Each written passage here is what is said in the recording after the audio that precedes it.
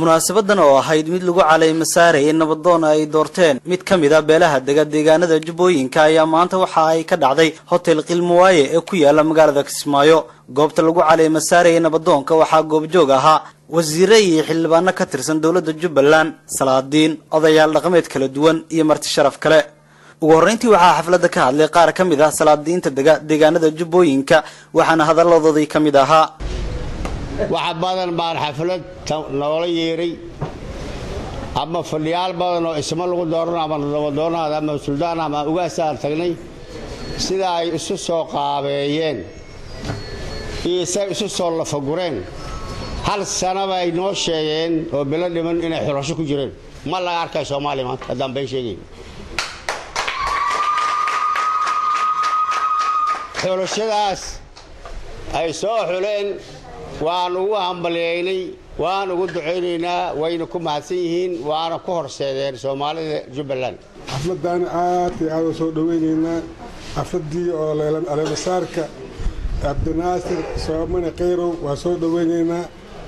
haddaan salaadida Jubbaland Abdinaasir waa shaqeynaynaa soo dhaweynaa caleemo saarkiisa waa aad u mahadsan tahay waa mid loo yaabay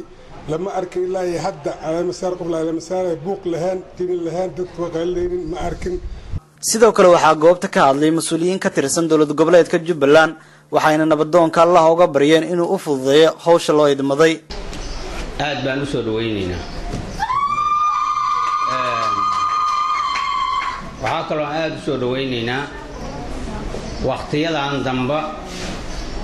lama helaynin ama uma badneen ama dhaqan ha noqoto ama siyaasad ha noqoto si guud dad u wada socdo oo ayaga ay dhaqankoodii siyaasiyiintoodii ay midaysan yihiin oo waxaan wadanaaye arkale way yaraayeen marka aad baad ugu mahadsantiin aydan waan kaga mahad celinaynaa qalaaf la'aanta iyo sida quruxda badan oo aad isugu duubantihiina waan kaga mahad celinaynaa. ugu dambeyntii waxa munaasabada ka hadlay nabadoon Naasir Soomane Khayre oo ahaa nabadoonkii la doortay waxa uu ballan qaaday inuu si wanaagsan u hogaamin doono beesha caleemo saaratay. xilkan la ii magacaabay waa xil culus aad u culus mas'uuliyadda waxay ka bilaabataa gurigaaga haddii mas'uuliyadda gurigaaga mid ka weyn lagu dhiibo waxa way xilkaas aad ayuu u culus yahay marka waxaan idinka codsanayaa in